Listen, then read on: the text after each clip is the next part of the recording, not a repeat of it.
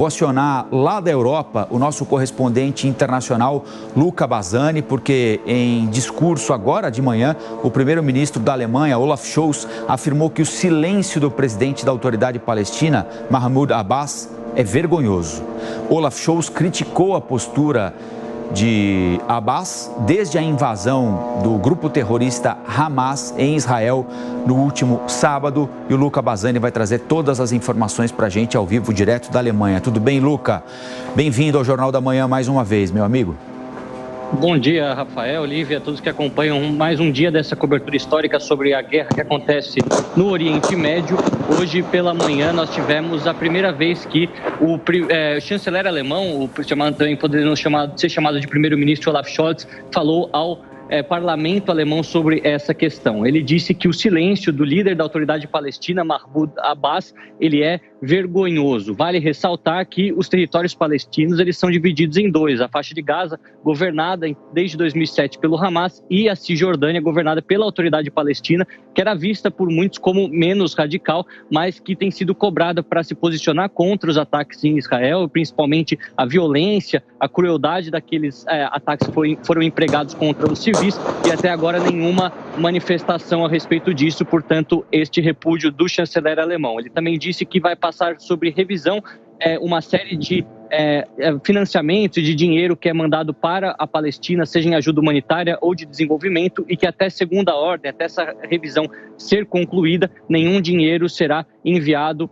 mais a essa localidade. Nós vemos que ele também disse que o povo alemão tem uma obrigação moral de estar ao lado de Israel por ter sido, obviamente, aquele que ocasionou o Holocausto na sua maioria durante a década de 30 e 40 e, portanto, não tem como se colocar em outra posição. E também fez um anúncio para todos os demais países da região e outras forças políticas, forças militares e terroristas que queiram intervir neste conflito, que a Alemanha e os países europeus estarão ao lado de Israel.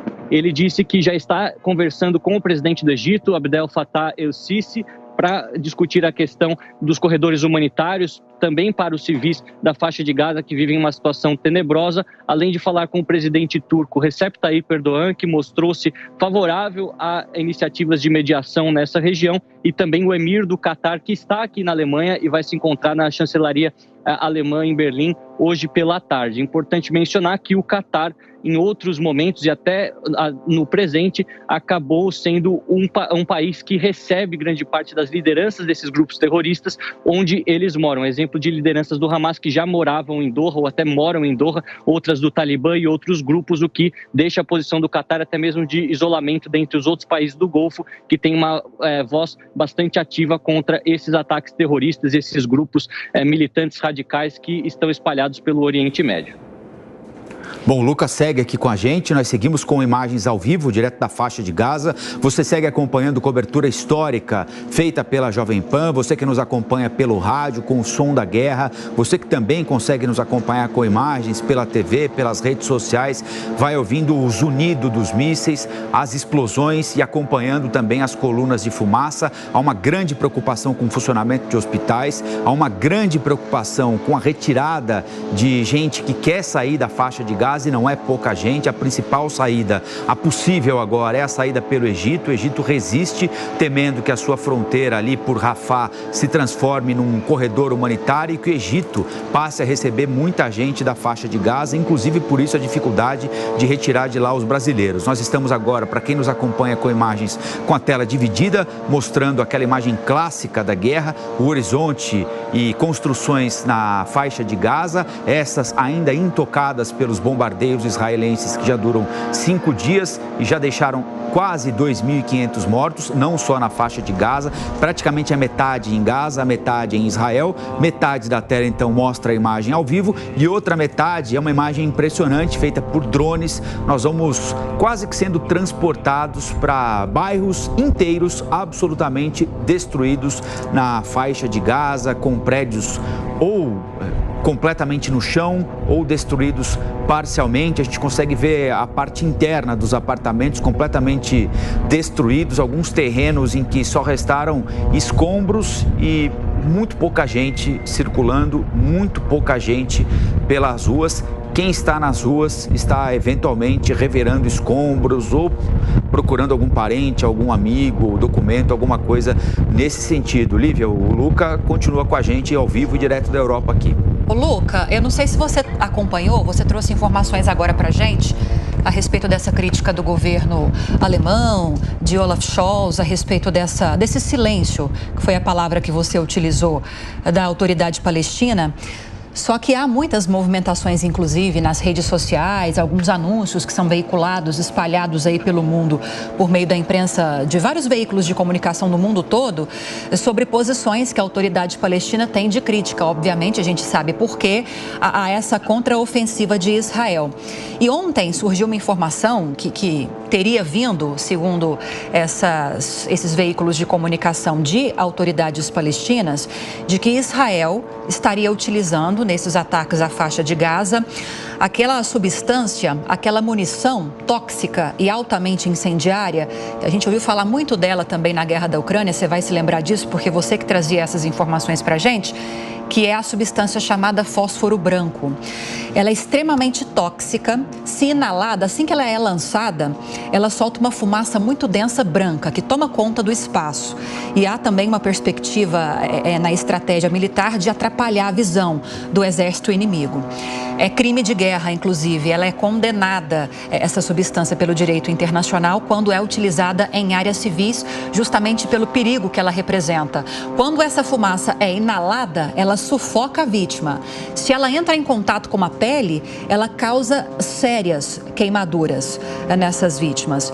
Queria saber se você ouviu alguma questão sobre isso, se alguém já reagiu a essa acusação da autoridade palestina. São tantas informações que vão chegando até nós, não sei se isso especificamente chegou até você, mas eu queria te ouvir, se você tem algum destaque em relação a isso. Pois é, Lívia, nós vemos que as autoridades da Palestina e também de Gaza acabam dizendo que Israel está utilizando esse fósforo branco em seus ataques, algo que é negado pelo exército de Israel e as forças israelenses e até agora não foi confirmado pela imprensa internacional, até mesmo através das imagens, algo que tem sido diferente nesta guerra em comparação às outras, principalmente aquelas que aconteceram em Israel, as primeira, segunda intifada, até mesmo há 50 anos, guerra do Yom Kippur, é que nós temos a internet e temos a transmissão em tempo real de todas essas imagens. Nós vemos sim que os ataques de Israel através das bombas têm sido muito intensos. Há sim notícias de que um campo de refugiados em Gaza foi atingido pelos bombardeios de Israel, então há áreas civis sendo atingidas sim, mas ao mesmo tempo algumas acusações mais graves que pendem para o lado de crimes de guerra ainda não foram verificadas independentemente. Obviamente que essa informação veio hoje pela manhã, ainda muitos jornalistas que estão no campo de batalha analisando todas essas imagens, conversando com os locais, até mesmo vivendo essa situação de terror, sendo atingidos também por esses bombardeios, tendo que seguir para bunkers. Eles vão poder confirmar durante as próximas horas se há algum indício do uso desse tipo de armamento ou não. A justificativa de Israel para atacar esses alvos civis é que, supostamente, embaixo dessas estruturas, há células do Hamas que, ao longo desses 15 anos, praticamente, que dominaram a faixa de Gaza desde 2007, tem se utilizado de uma série de túneis construídos muito amplos, colocando seus foguetes, todas as suas estruturas militares, os seus armamentos embaixo de estruturas civis, como hospitais, escolas, residências, para exatamente evitar com que Israel atinja essas localidades, considerando que isso poderia se enquadrar em crimes de guerra por se tratar de hospitais, escolas, enfim, uma questão muito complexa, é algo que muitos têm tentado analisar, mas aquilo que a gente vê pelas imagens e pelos relatos é que é um cenário extremamente desolador. Agora, a principal movimentação que nós vemos no campo internacional é abrir um corredor humanitário pelo Egito. Isso é fundamental, porque se nós olharmos o mapa de Gaza, é praticamente um retângulo. De um lado temos o mar Mediterrâneo, que tem sido controlado pela Marinha de Israel. De outros dois lados temos o próprio Estado de Israel, que faz esse cerco total, e do último lado deste retângulo há o Egito, que é o único país que poderia abrir um corredor humanitário, mas se opõe a isso por não querer um fluxo imenso de quase 2 milhões de pessoas vindo para seu país e também teme o radicalismo islâmico crescendo na Península do Sinai, algo que já foi observado em outros momentos históricos quando mais palestinos chegaram por essa fronteira. Obviamente que a maioria dessas pessoas são civis, são crianças, são inocentes que querem apenas um lugar em paz para poder dormir, se alimentar, considerando as condições desumanas em que passa Gaza nesse momento, mas sempre a possibilidade de infiltrados. Então a triagem dessas pessoas, como isso vai acontecer, tudo tende a ser bastante burocrático, levar muito tempo, e nós sabemos que numa guerra se luta contra o relógio, então essa burocracia, esse tempo vai fazer com que, infelizmente, mais civis venham a perecer, venham a morrer nessa guerra que tem sido realmente devastadora nesta região do mundo. O Luca volta já aqui no Jornal da Manhã, ao vivo, direto da Europa. Só antes da gente acionar o Marcelo Matos em São Paulo, Lívia, eu queria confirmar aqui ou atualizar o número de mortos. São 2.554 mortos agora.